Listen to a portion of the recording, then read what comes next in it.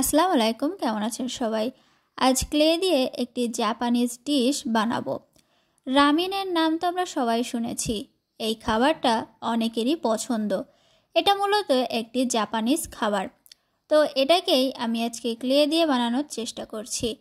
তো প্রথমে রামেনের যে বোল বা বাটি থাকে আমি সেটা বানিয়ে নিচ্ছি। এজন্য আমি লাল কালারের ক্লে ব্যবহার করেছি। সেটাকেই আমি প্রথমে মিক্স করে ভালোভাবে একটা বাটির শেপ দিয়ে নিচ্ছি। হাতের সাহায্যে আমি বাটির শেপটা দিয়ে নিয়েছি। আমি মনে করি যে হাতের সাহায্যেই ক্লে দিয়ে যে কোনো শেপ দেওয়া অনেকটাই সোজা। তো এবার আমি যে রামেনের নুডলসটা থাকে সেটা বানিয়ে নিচ্ছি। এজন্য হলুদ কালারের ক্লেটা আমি ব্যবহার করেছি। হলুদ কালারের ক্লেটাকে আমি একটা টুলসের সাহায্যে একদম লম্বা দড়ির মতো শেপ দিয়ে নিয়েছি। এবার আমি এটাকে যে বাটি বানিয়েছিলাম তার মাঝখানের একটু এলোমেলোভাবে সেট করে নিচ্ছি, যাতে দেখে মনে হয় যে এটা নুডলস। তো এবার রামেনের বোলের ভিতর আরেকটা ইনগ্রেডিয়েন্টস থাকে, সেটা হচ্ছে মিট। মিট বানানোর জন্য আমি খয়েরি কালারের যে ক্লেটা থাকে সেটা ব্যবহার করছি।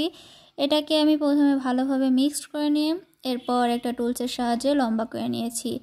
এবার এই মিটের শেপটা আমি একটু জিলাপির প্যাচের মতো গোল গোল করে নিচ্ছি।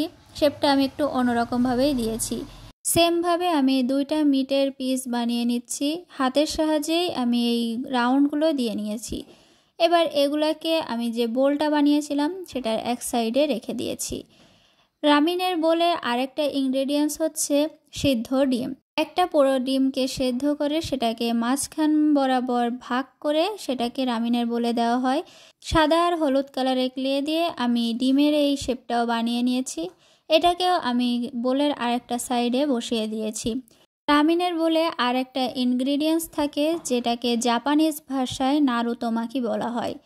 এটা কী দিয়ে বানানো হয় আমার সঠিক জানা নাই, তবে এটা দেখতে সাদা এবং মাঝখানে গোলাপি একটা অংশ থাকে, যেই গোলাপি অংশটাও জিলাপি প্যাচের মতোই অনেকটা দেখতে।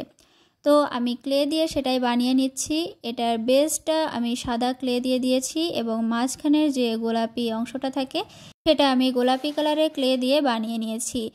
আর নারুতোমাকির যে শেপটা থাকে সেটা আমি একটা টুলসের সাহায্যে সাইড দিয়ে দিয়ে নিচ্ছি। এইটা দেখতে কিন্তু অনেক কিউটি লাগে। তো এটাও আমি রামেনের বোলের একটা সাইডে বসিয়ে দিয়েছি। এরপর আমি কিছু টপিংস দিয়ে নিব।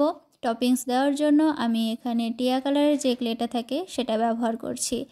এটাকে লম্বা করে চ্যাপ্টা শেপ দিয়ে একটু ছোট ছোট করে কেটে নিচ্ছি, যাতে এগুলা আমি রামেনের বোলের ওপরে টপিংস হিসেবে ব্যবহার করতে পারি। এগুলো এতটাই ছোট যে কাটতে একটু অসুবিধা হচ্ছিল, তবুও আমি সাবধানে কিছু টপিংস বানিয়ে নিয়ে এরপরে রামেনের বোলে যে নুডলসটা ছিল সেটার মাঝখানে এক এক করে বসিয়ে দিচ্ছি। এরপর আমি চপস্টিক হিসাবে শলা যেটা থাকে সেটার দুইটা কাঠি ভেঙে নিয়েছিলাম, সেটাকে একটা সাইডে সেট করে দিয়েছি। আপনাদের কাছে ক্লে দিয়ে বানানো এই রামেনের বোলটা কেমন লাগলো অবশ্যই কমেন্টের মাধ্যমে জানাবেন। আজকে এ পর্যন্তই, ভালো থাকবেন সবাই।